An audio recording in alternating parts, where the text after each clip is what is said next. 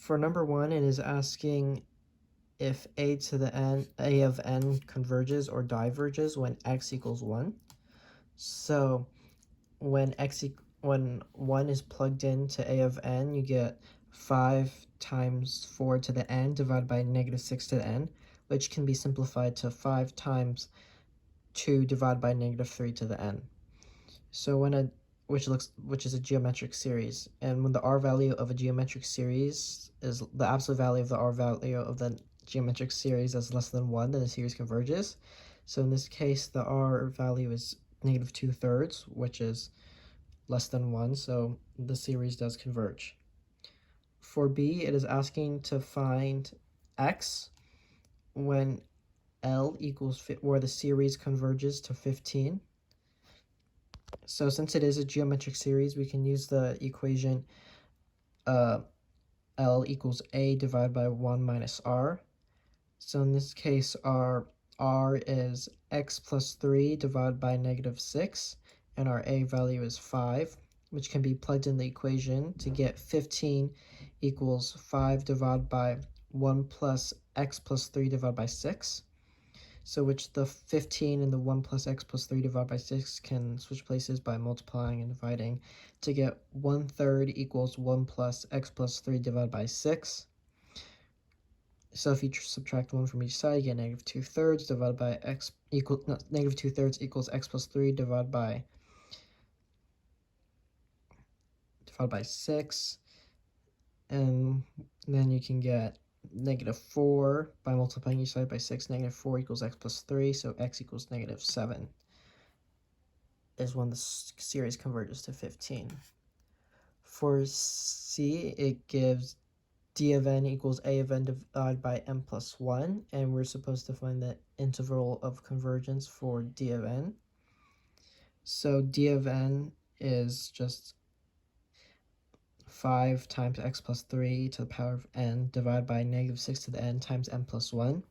And for this, we can use the ratio test, which is just d of n plus 1 divided by d of n. So we get the limit as n approaches infinity of 5 times x plus 3 to the n plus 1 divided by negative 1 to the n plus 1 times 6 to the n plus 1 times n plus 2, which is multiplied by negative 1 to the n times 6 to the n times n plus 1 divided by 5 divided by x plus 3 to the n.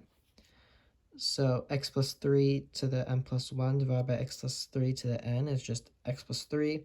The 5's cancel, and since it's an absolute value, the negative 1's don't matter, so they cancel. The 6 to the n divided by 6 to the n plus 1 just results in 1 over 6.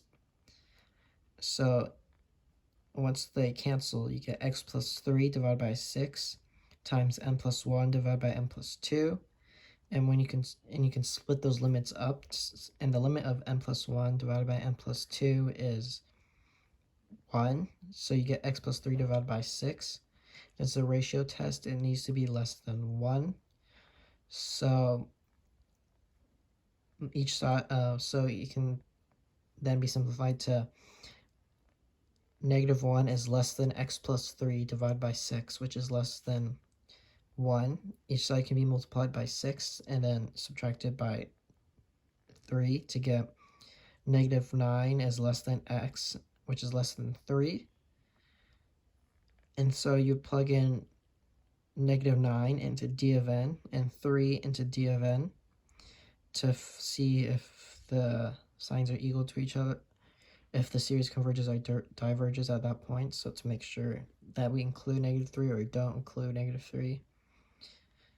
So if you plug in 9, you get 5 over n plus 1, which diverges by a p-series. And when you plug in 3, you get 5 to the negative 1 n, 5 over n plus 1 times negative 1 to the n.